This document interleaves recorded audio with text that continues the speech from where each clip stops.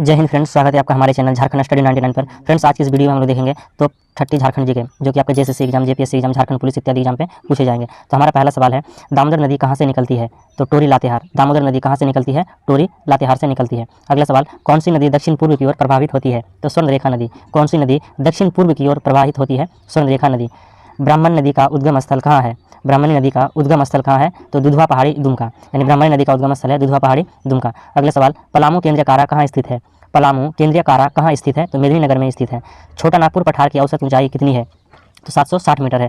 छोटा नागपुर पठार की औसत ऊंचाई कितनी है? 760 मीटर। अगला सवाल, कौटिल्य के अर्थशास्त्र में झारखंड को क्या कहा गया है? तो कुकुट देश कहा गया है। कौटिल्य के अर्थशास्त्र में झारखंड को क्या कहा गया है? कुकुट देश।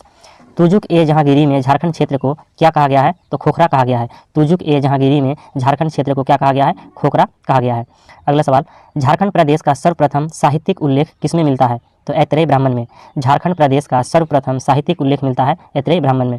अगला सवाल, नागवंश की स्थापना में किस जनजाति ने सहयोग किया था? तो मुंडाओं ने। नागवंश की स्थापना में किस जनजाति ने सहयोग किया था? तो मुंडाओं ने सहयोग किया था नागवंश की स्थापना में। ऋग्वेद में असुरों को क्या कहा गया है? तो लिंग पूजक कहा गया है। लिंग पूजक किसको कहा गया है? तो असुरों को कहा गया है। और किस वेद में कहा गया है? तो ऋग्वेद में कहा गया है। ऋग्वेद में असुरों को क्या कहा गया है? तो लिंग पूजक कहा गया है।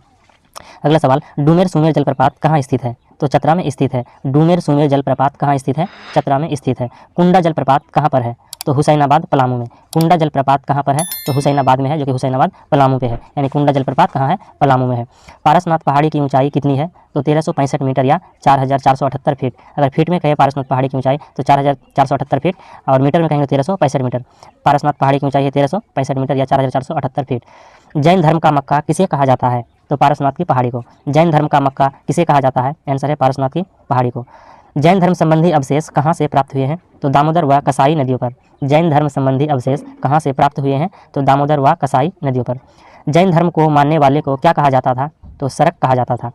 जैन धर्म को मानने वाले को क्या कहा जाता था? सरक कहा जाता था। बंगाल में पाल शासन के दौरान झारखंड में बौद्ध धर्म की शाखा का कौन सी शाखा का विकास हुआ? बंगाल में पाल शासन के दौरान झारखंड में बौद्ध धर्म की कौन सी शाखा का विकास हुआ? तो ब्रजयान शाखा का विकास हुआ। बंगाल के पाल शासक के दौरान झारखंड में जब बौद्ध शाखा का विकास हुआ, जिसका नाम है ब्रजयान।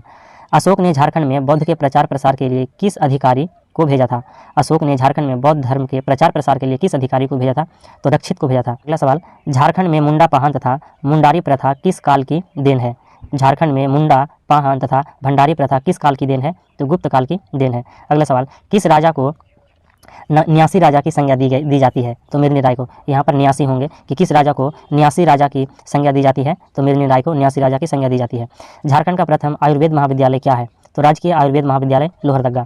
झारखंड का प्रथम आयुर्वेद महाविद्यालय है लोहरदगा में, जिसका नाम है राजकीय आयुर्वेद महाविद्यालय।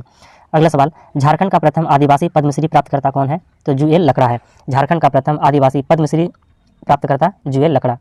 झारखंड का प्रथम अशोक चक्र प्राप्तकर्ता कौन है? तो रणधीर वर्मा है। झारखंड का प्रथम अशोक चक्र प्राप्तकर्ता रणधीर वर्मा। झारखंड का प्रथम अंतर्राष्ट्रीय आदिवासी महिला हॉकी खिलाड़ी? तो सावित्री पूर्ति। झारखंड का प्रथम अंतर्राष्ट्रीय आदिवासी महिला हॉकी खिलाड़ी कौन है? तो सावित्री पूर्ति है। अगला सवाल, झारखंड का प्रथम अंतर्राष्ट्रीय महिला एथलीट? विजय नीलमणि खलखो। झारखंड का प्रथम अंतर्राष्ट्रीय महिला एथलीट कौन है? विजय नीलमणि खलखो है। विश्व विजेता बनने वाला झारखंड का प्रथम शतरंज खिलाड़ी कौन है? तो दीपसेन गुप्ता। विश्व विजेता बनने वाला झारखंड का प्रथम शतरंज खिलाड़ी कौन है? दीपसेन गुप्ता है। झारखंड आंदोलन का जन्मदाता किसे माना जाता है? तो जे बार्थोमन को माना जाता है। झारखंड आंदोलन का जन्मदाता किसे माना जाता है? जे बार्थोमन। झारखंड में चुआर विद्रोह का क्या कारण था? तो बड़ा भूमि का उत्तराधिकार। झारखंड में चुआर विद्रोह का कारण था बड़ा भूमि का उत्तराधिकार। झारखंड में कोल विद्रोह किस वर्ष हुआ था? तो 1831 ईस्वी में हुआ है। झारखंड में कोल विद्रोह किस वर्ष हुआ था? 1831 में हुआ है। खरवार आंदोलन का नेतृत्व किसने किया था? तो भागीरथ मांझी ने किया है। खरवार आंदोलन का नेतृत्व किसने किया है? भागीरथ मांझी ने। तो फ्रेंड्स, यहाँ पर टॉप 30 इंपॉर्टेंट क्वेश्चन समाप्त होते हैं। अगर आपको वीडियो पसंद आए तो लाइक कीजिए, और चैनल पर नहीं तो सब्सक्राइब जरूर कीजिएगा। मिलते हैं नेक्स्ट वीडियो लेकर बहुत जल्द। जय हिंद।